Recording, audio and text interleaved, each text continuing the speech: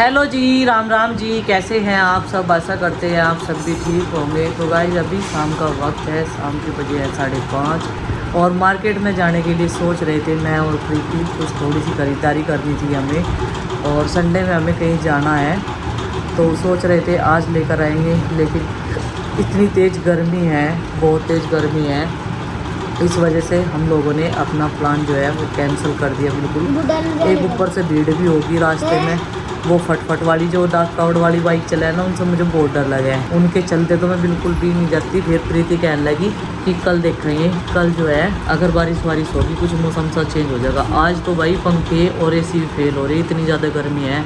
आज का दिन घोड़ों के लिए बहुत ही कष्टकारी है। और ये कह रहा कि मैं सुबह से थोड़ा ही ना बैठा था ऊपर। अरे भाई तुम तो सुबह से ही थे ऊपर, मेरा तो ऊपर बैठने को जी भी नहीं कर रहा। वहाँ से कमरे में जुड़ कर तुम बैठे रहो, ये तो कंप्यूटर के लारे सिर बैठे रहे हैं, एक जगह नहीं बैठा करते, घूमते फिरते रहना चाहिए। हाँ घूम रहे थे तुम, घेर में गए थे। अब ये रोने वाला, इसका ना फोन लग गया मेरा, ये लग गया इसका ना फोन। आरुषि किसी को अच्छी लगे ना लगे बाल कटने के बाद में, लेकिन मुझे तो बहुत अच्छी लग रही। और मैं तो सोच रही इसके बाल में इतने रखा करूँगी, इससे बड़े जब ये खूब बड़ी हो जाएगी चिंकी जितनी, जब करने शुरू करूँगी।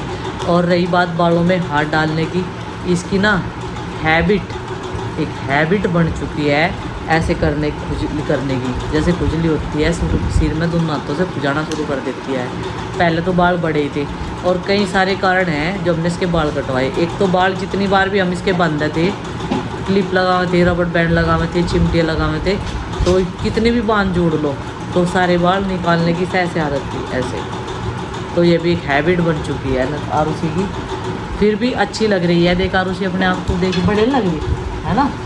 हाँ सुंदर लगती है, ऐसी बात नहीं। और इसकी मम्मी तो कह रही थी किरण बेदी की तरह की लग रही। मैं कहा किरण बेदी समझ तू इसे दूसरी। हाँ हंसने वाली क्या बात है। गाइस आज इन तीनों के बैग धोए थे, क्योंकि वो अंदर से बहुत गंदे हो रहे थे पानी की बोतल की वजह से। पानी लग जाता है ना, और जो धूल मिट्टी होती है उससे बुक सारी ऐसी होती है, इनकी नमी सी दार, तो ना धूप में रख रखे थे और इनके बैग धो दिए थे। काला पानी हो गया, मशीन का गेर थी सारों बैग, इतने गंदे करो तुम। बैग भी देख ले। अरनू कह रही नीचे गिरते ही फिर से धोना पड़ेगा, नीचे गिर गया, गारा थोड़ा हो रहा वहाँ से घर में, वहाँ तो साफ सुथरा पड़ा।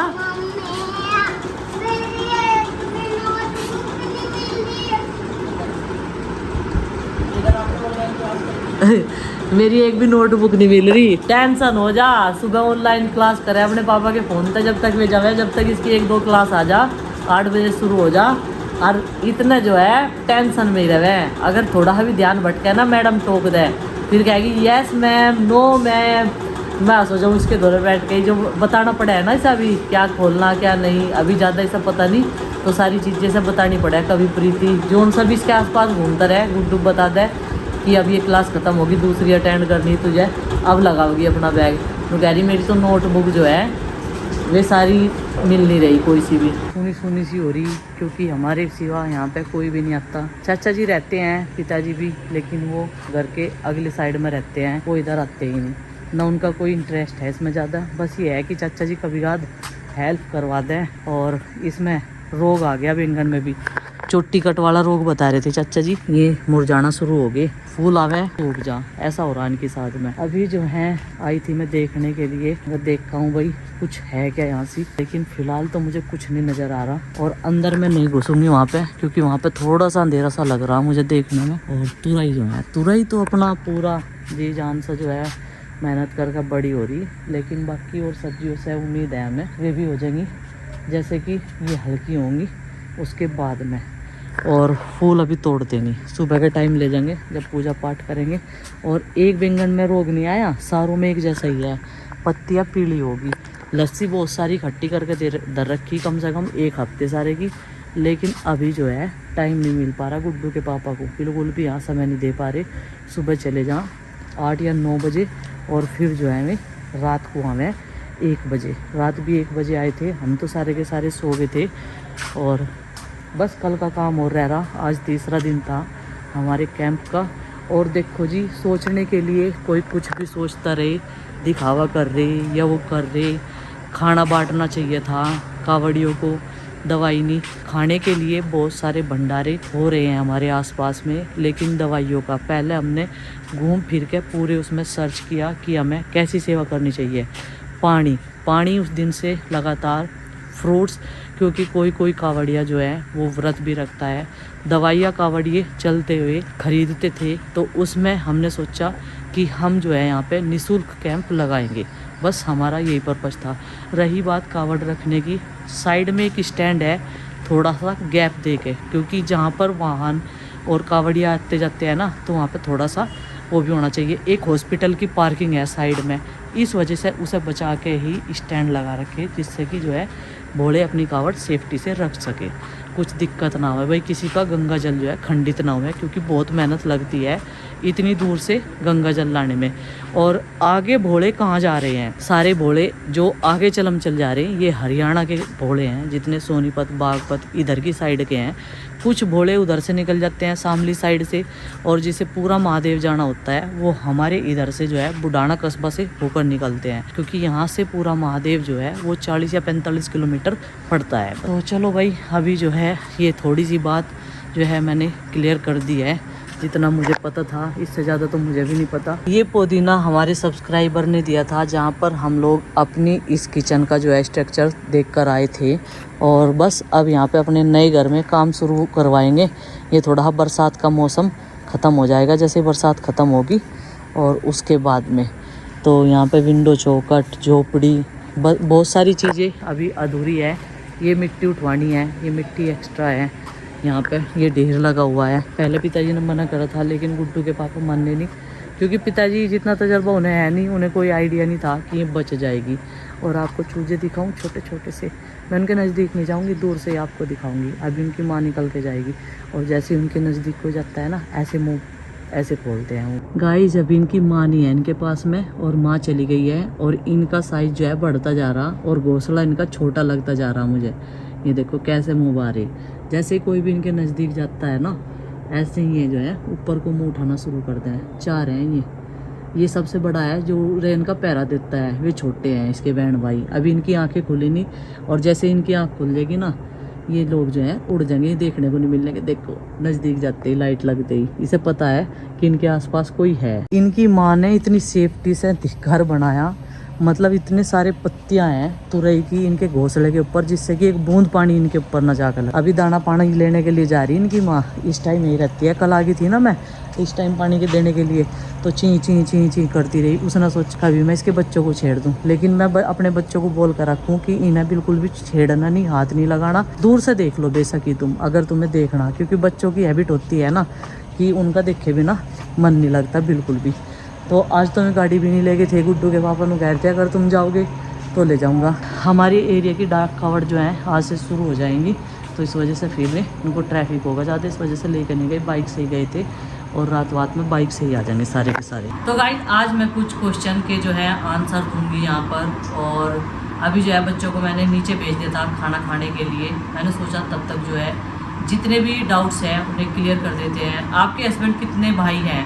तो 3 भाई है जी। ये प्रीति किस एग्जाम की तैयारी कर रही है? प्रीति बीटीसी की तैयारी कर रही, प्रीति के बीटीसी के एग्जाम है। एक कमेंट है गाइस ऑफिशियल त्यागी के नाम से, इन्होंने लिखा है बबली तुम अपने आप को क्या समझती हो? पहली तो बात, मैं अपने आप को सिर्फ एक छोटी मोटी सी हाउसवाइफ समझती हूँ, गृहिणी जिसे कहते हैं, मैं कुछ नहीं समझती, और उसे मैं ठीक ठाक सा चलाने की कोशिश कर रही। प्रयास रहता है मेरा कि परिवार में कुछ भी गड़बड़ ना हो, सही से चलता रहे। और पूरे संसार को क्या तुम्हें भोलेनाथ के दर्शन करा रही हूँ? नहीं जी, मेरे से अलग भी बहुत सारी दुनिया में यूट्यूबर है, इंस्टाग्राम पे बहुत सारी वीडियो वायरल हो रही, यूट्यूब पे भी हो रही, उसमें भी आप सबको भोलेनाथ के दर्शन अच्छे खासे हो सकते हैं। ठीक है जी, मैंने कब कहा कि मैं ही भोलेनाथ के दर्शन करवा रही? आप लोग जिनकी सेवा कर रहे हैं ये लोग कहाँ जा रहे हैं? तो जी ये लोग जा रहे हैं हरियाणा के हैं, झज्जर की साइड के, ज्यादातर वे कावड़िए यहाँ से गुजरते हैं, हमारे इधर से बागपत सोनीपत के। सविता शर्मा जी कह रही भाभी कावड़ रखने के लिए स्टैंड होना चाहिए था। स्टैंड है, थोड़ा सा